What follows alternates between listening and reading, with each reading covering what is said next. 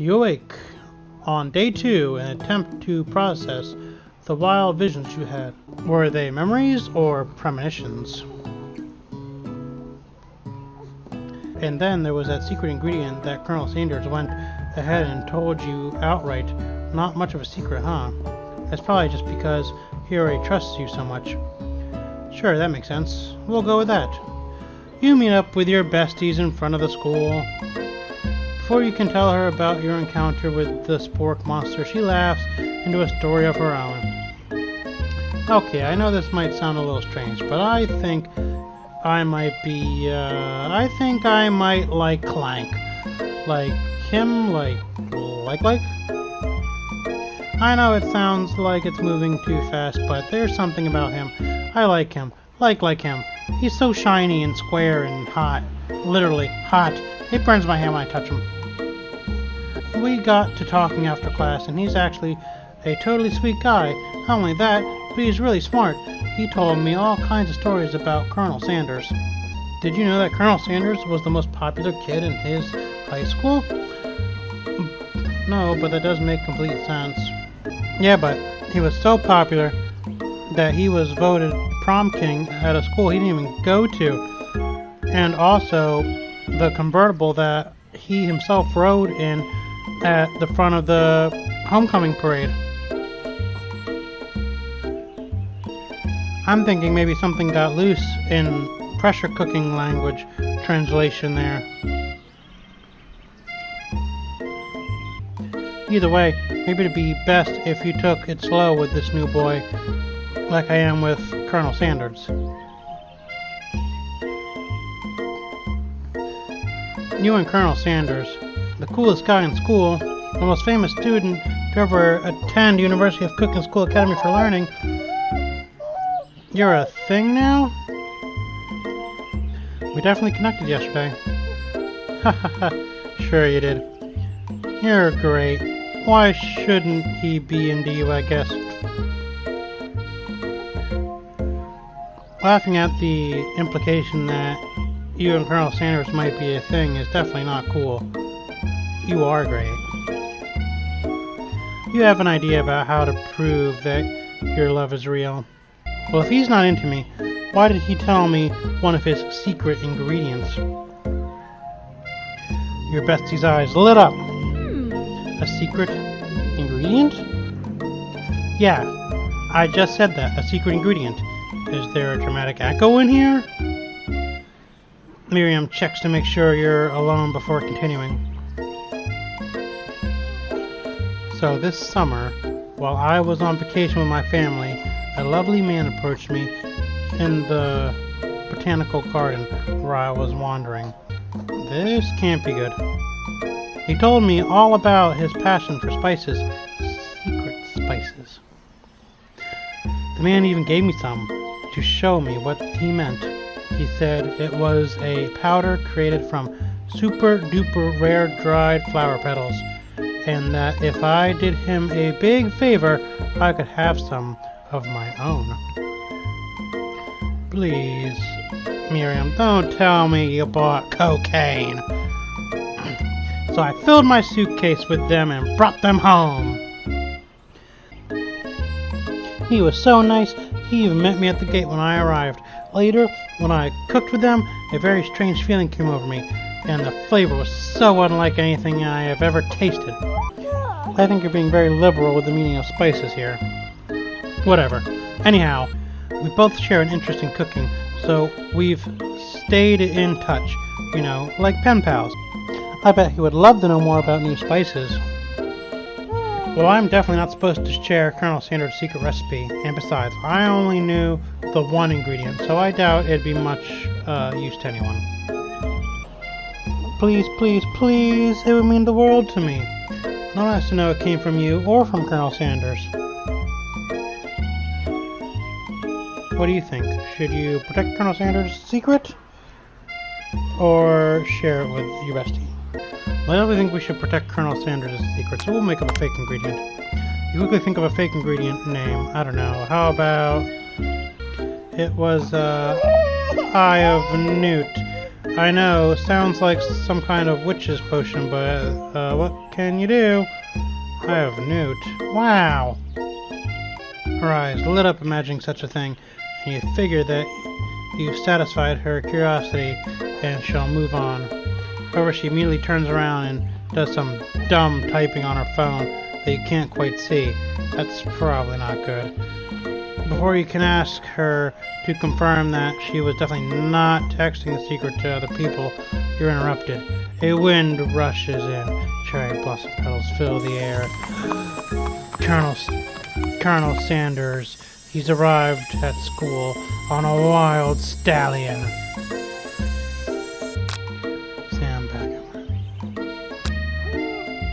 Stand back and admire his majestic glory. Colonel Sanders' horse truly is a thing of beauty. Without ever acknowledging that he's being watched, he does a short horse dance before dismounting with a flourish. He then slaps the beautiful creature gently on its rear, sending it running free into the countryside. You are so struck by the sight of him, you lose the ability to speak coherently. Oh, I didn't realize anyone was watching. Don't worry, he knows his way home. You attempt to compliment Colonel Sanders, but the words don't come out exactly right. What a horseful beaut you have. What a horseful beaut you have. Dang it, that's what I just said. Being a good friend, Miriam attempts to cover for you. Colonel Mustard just gets really nervous around people they like. What? This is not helping. They got food poisoning and were up all night. It was gruesome. You should have seen it. She gives you a wink and a smile as to say, situation handled. Can't blame a girl for trying. And with that, Colonel Sanders disappears into the school, leaving you and Miriam to follow.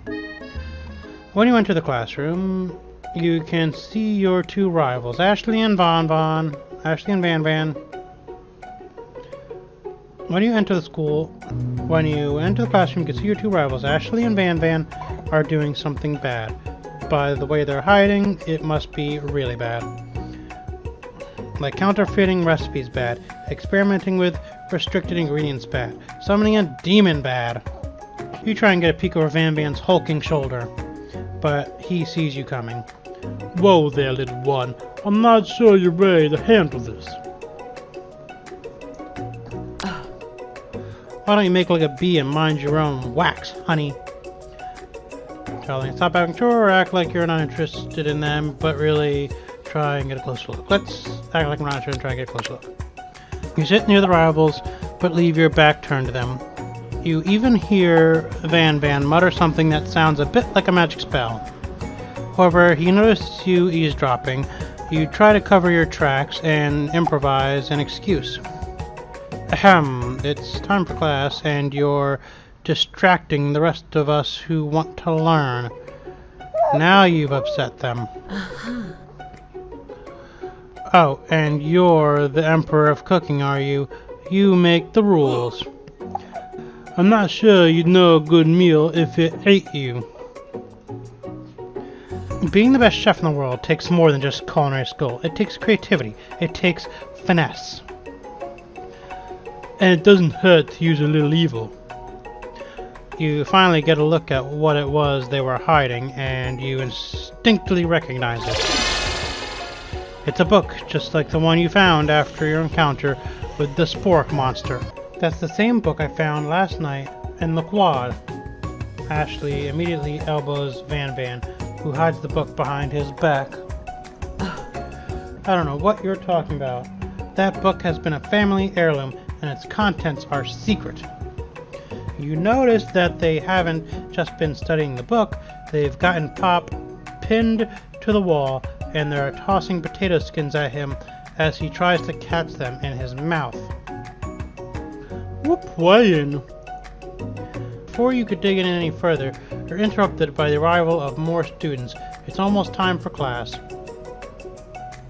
There's Clank, the old Casanova. Clank must be running late. he's in such a hurry that he rolls right over Van Van's meaty foot. Hey, watch it, bucket of bolts. You watch how you talk to him. He didn't do anything. Who do you think you're talking to? I've never heard such language, not even from a stand mixer. No, your mother was a stand mixer. Van Van jumps to attack Clank, but Clank shocks Van Van, sending him flying across the room. Protect me, Colonel Sanders. These crazed men are about to come to blows. I think it must be over me, but I'm not interested in either of them. Ashley's tone has completely changed in an instant. She bats her eyelashes at Colonel Sanders. Surely he must know that this is a ruse, right? Gentlemen, get a hold of yourselves. Save it for the arena, at least. Or don't. Honestly, what do I care? I've got lofty career aspirations to focus on. Maybe I can help you with your business plan. Just then, Sprinkles arrives to signal the true start of the class day. He's panting, which doesn't seem that abnormal. He's a professor, but he's also a dog. Students, please take your seats. I apologize for my late arrival. I spent the morning chasing a car all around town, and my tiny legs are very, very tired. But I'm here now, and I hope you're ready to learn. You try to give Sprinkles a pat on the head, but he snarls at you. Sorry, I get a little worked up if people try and pet me before I've had my morning coffee. Let that be a lesson to you. After he catches his breath, Sprinkles regains control of the classroom. Without further ado, we'll be reviewing the global history of my favorite fowl, the chicken. You want to pay attention to the lesson, truly you do. Which is why, in 1776, at the signing of the Declaration of Independence, it was a chicken who first signed their name. But you can't help but daydream about Colonel Sanders, and you missed most of the important parts. When you come to, Sprinkles is holding a tray of food in front of you. Well, Colonel Mustard? Naturally, this appears to you to be a sample platter. Which item do you sample? Glass of water, a shimmering pepper, a dog biscuit. We'll try the shimmering pepper. A brightly colored pepper stands out from the other items. It sparkles in a most eye-catching way, so naturally you reach out, grab it, and eat it right away. However, your body is not prepared for the heat. The pepper has triggered an intense spice hallucination that feels like forever as you trip through the universe. My friend, ooh, this guy again. I'm here to give you an important message. Ooh, you must avenge my death and fulfill your destiny. All you must do is... I was saying to fulfill your destiny. All you must do is... Sorry, I think I've got some spice stuck in my throat. It's fine, I'll work through to fulfill the prophecy. You must... You feel yourself begin to regain consciousness. Oh man. You come to and find everyone is staring at you. That pepper was the last of its kind on Earth, and now it's gone forever. You think to yourself, geez, I should pay better attention. We all make mistakes. I'm sure he'll forgive you someday. Come on, it's time for lunch. Before anyone can relax, the cafeteria lights dim. And your rivals enter to make a dramatic announcement. Today's lunch will be prepared. Be a timed competitive cook-off. The level of theatrics with these two is off the charts. Demand that they stop or step up and tell them, "You're on, let's do it." A bit of lunchtime competition, eh? Count me in. If I have to wipe the tables with you fools before I set my lunch down on it, then so be it. I'm not the fool. You're the fool. Good one, Pan Pan. I like your competition, Colonel Mustard. I'll be watching your performance. Just as things reach a boiling point, Sprinkle steps in. Surely he'll put a stop to this madness. Now, students, please settle down. This is a lunchroom, not a sporting court. Finally, a little sense. You breathe a sigh of relief. At least not until we turn on the timer. Just then, a huge light blasts in your face. Flash the words, "Timer ready." That's what I'm talking about. Brrr! I stand corrected. The hallway builds solidity and foundation of confidence that cannot be swept away.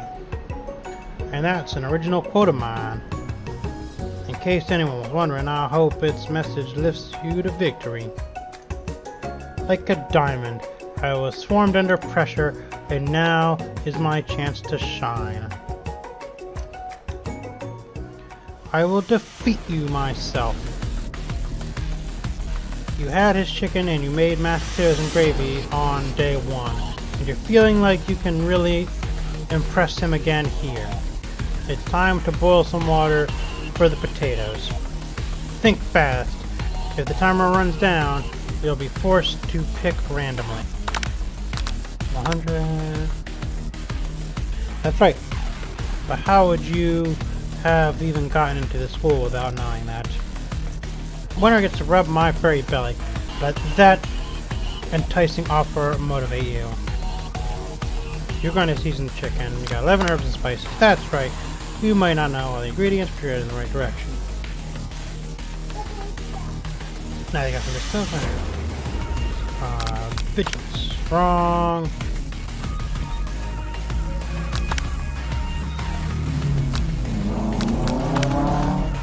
That's right. This is your shot. They're not going to miss it. You try to shut out the noise of the arena and focus on your cooking. What is the sound of success? Don't make me get the spray bottle. You notice Colonel Sanders out of the corner of your eye. I believe in you, Colonel Mustard. He's actually cheering you on, which would be awesome, except knowing he's watching you makes you totally forget what you're doing. All you can think about is Colonel Sanders. Okay. I didn't even read the question. You are stranded on a desert island with only one dessert cookbook. Which do you take? What? Honk. I know, right? You know what? Shouldn't you be focused on the challenge? You're falling behind.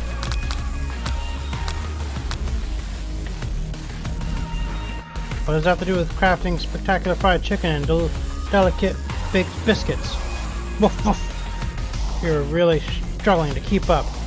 At the next station over, Ashley has already begun plating elements of her dish. It's colorful and complex. To make a tiny, toss your biscuit dough into a stand mixer. As you do, the crowd gasps.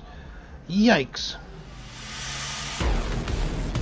I know you love nothing more than seeing a fellow appliance utilized in the kitchen battle, but sometimes that means sacrificing the personal touch.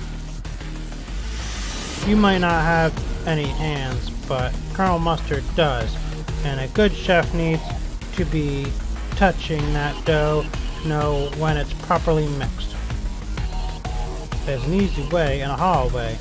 You don't get far by going the easy way. When you hear everyone talking, you realize how serious your error was. You immediately shove your hand into the mixture to rescue your dough before it's over-mixed.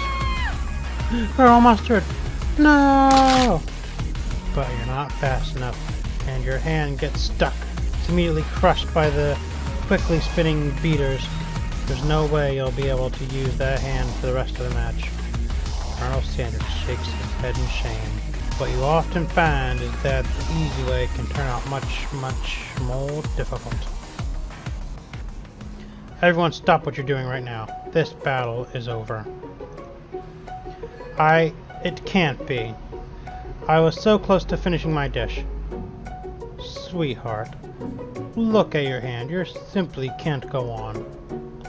Aw, that's too bad. And here I am with a completed dish ready to serve. Surely that makes me the winner by default. No, it wouldn't be fair to compare the two on the account of Colonel Mustard's injury.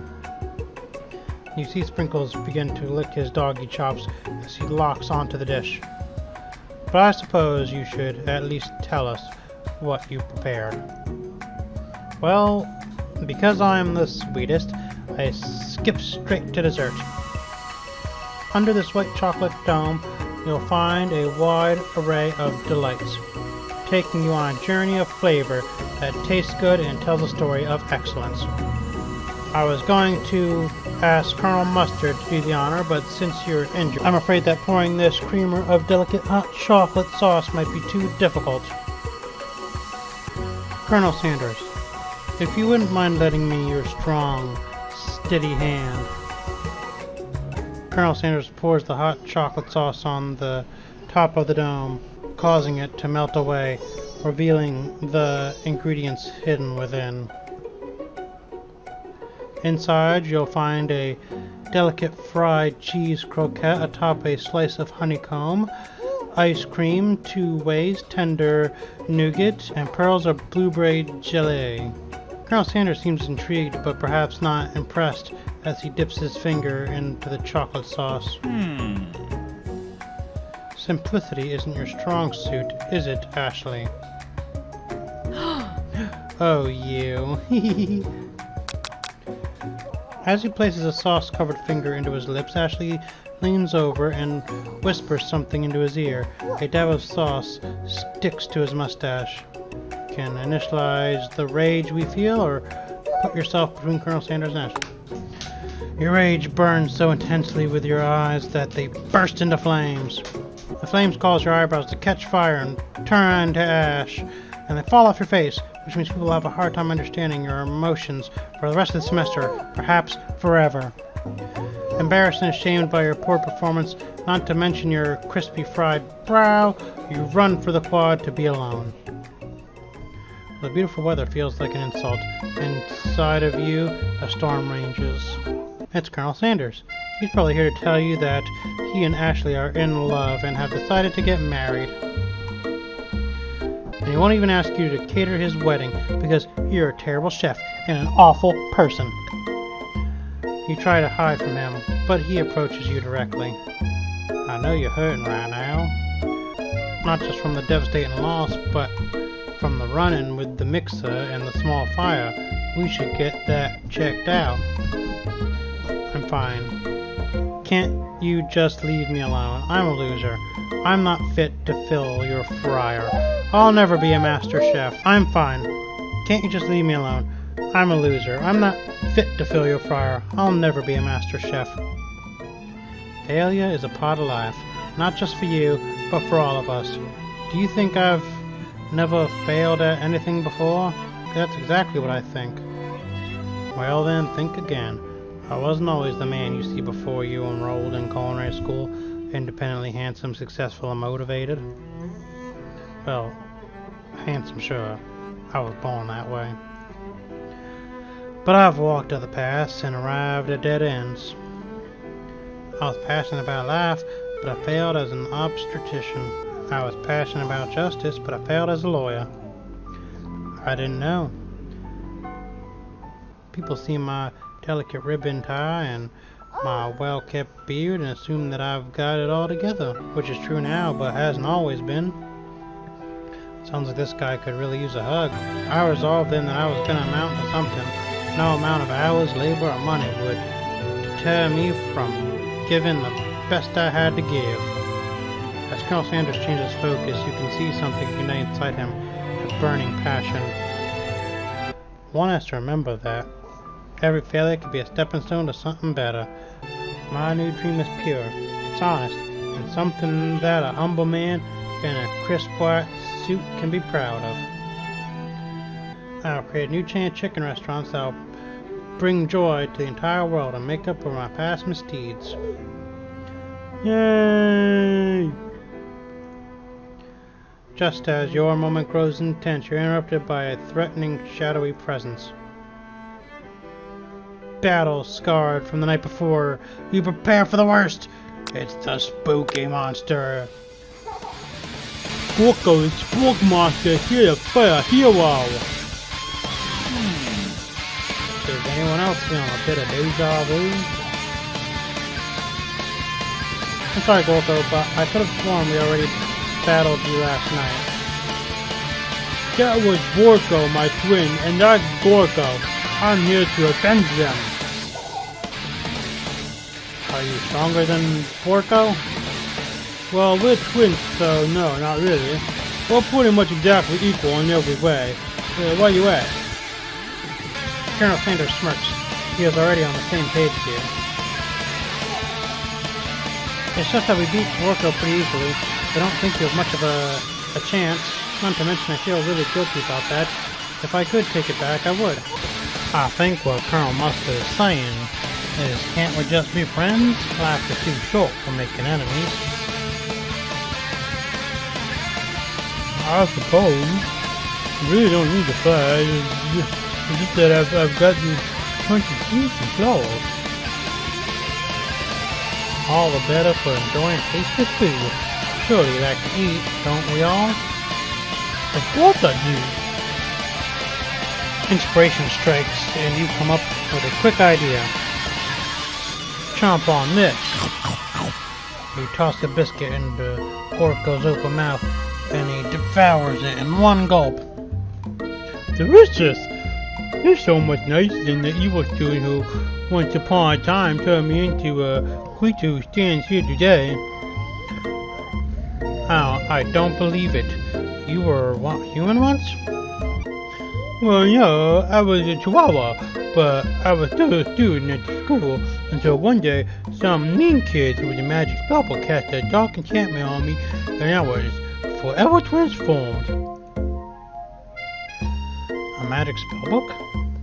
Precisely. Walker used to have a copy, but somewhere along the way I lost it. If you find such a book, I beg of you respect it. You're a powerful chef, and you shouldn't rely on such dark and evil magic. No, you should be protecting the ingredients from those who would cheat them through sorcery and guile. If you need me, don't fear, I will be there.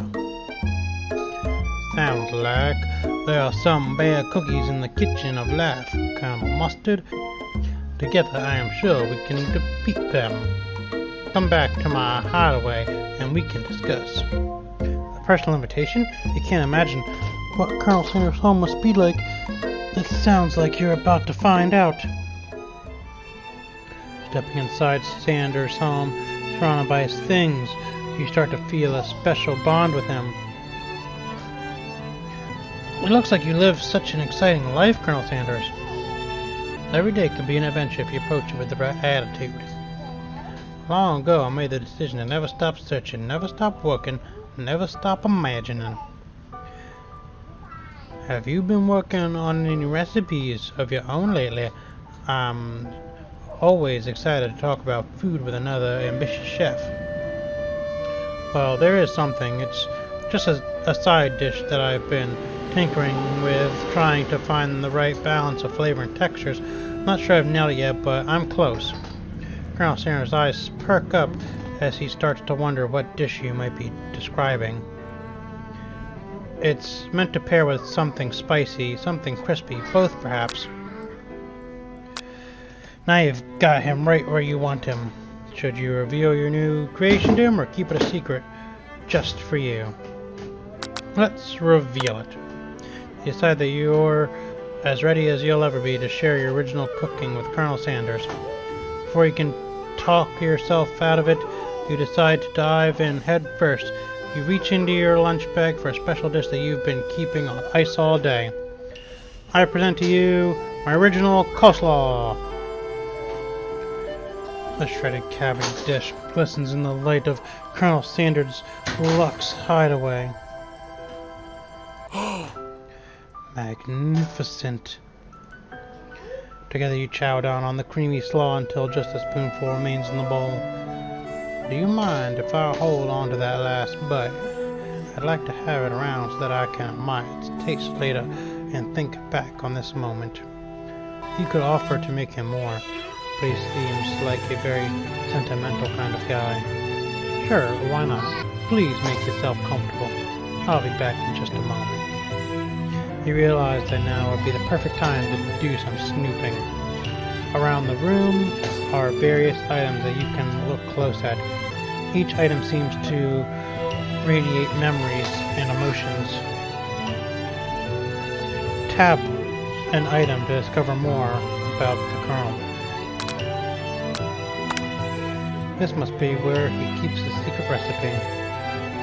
You think for a moment. What number is important to Colonel Sanders? Then it dawns on you. As soon as you turn the dial to 111111, the safe opens. Inside it, you find a single note.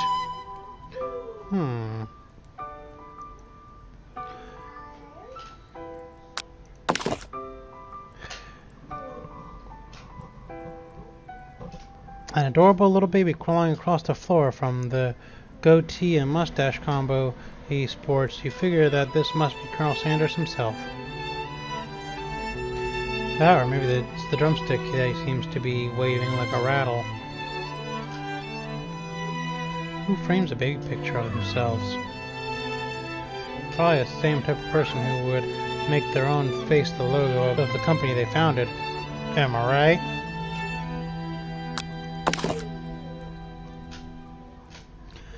The photo appears to be Colonel Sanders, except he is an old man visiting the pyramids of Egypt. Maybe this is where he discovered one of his secret herbs and spices.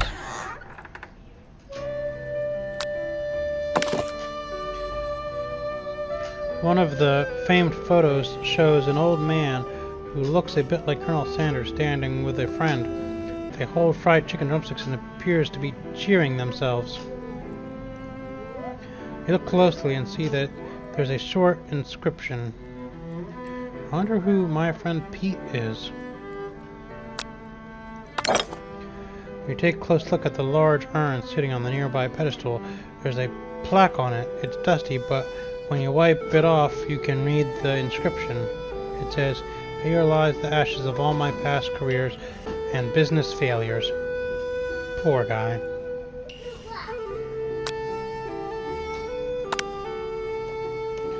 A scented candle. You pick it up and try to identify the smell.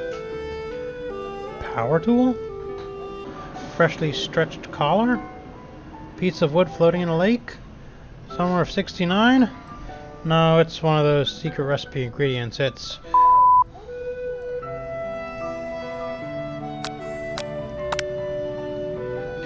a lock of silver hair is woven through the teeth of this comb. Upon further inspection, you realize that the hair therein isn't just silver in color, it's actually made of spun silver. You notice a very realistic stuffed chicken sitting on a corner table. When you pick it up, you realize it isn't just realistic, it's real.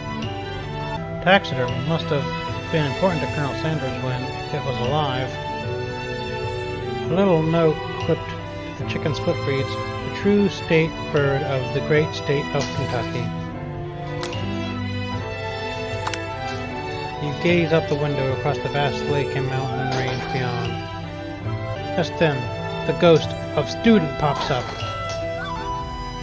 Are you thinking about heading out into the world on a quest to avenge my death? Wait, what? I never even learned your name. Why would I avenge you? I could just tell you my name right now. It's... Can't you see I'm in the middle of something? You open the window a crack and the ghost of student is swept out with a breeze. You open the door to Colonel Sanders' closet and find a row of his signature white suits hanging within. You take one off the hanger and try it on. The jacket is a bit big for you, but it's soft and comfortable. You give yourself a deep hug, breathing in the scent. They say that home is where the heart is. Is this what they meant? Before you can look any further, you hear Colonel Sanders returning. He has a new dish that he has been working on, and he wants you to taste it. You try to act casual until he asks you why you're wearing his jacket. Aww. I don't understand. I don't usually loan those out, but I must say it does look good on you. Oh, crap, the jacket! You forgot to take it off. You decide that now your moment and make a big move. You tell him you're cold. You fess up and tell him the truth. Let's tell him the truth. You confess. I think I've developed feelings for you. I might be developing feelings for you too, but I'm concerned I can't let anything get in the way of my dreams. Overwhelmed, you take off the jacket and run for the door. But the thought of leaving Colonel in the midst of such an emotional breakthrough gives you pause. You stop yourself.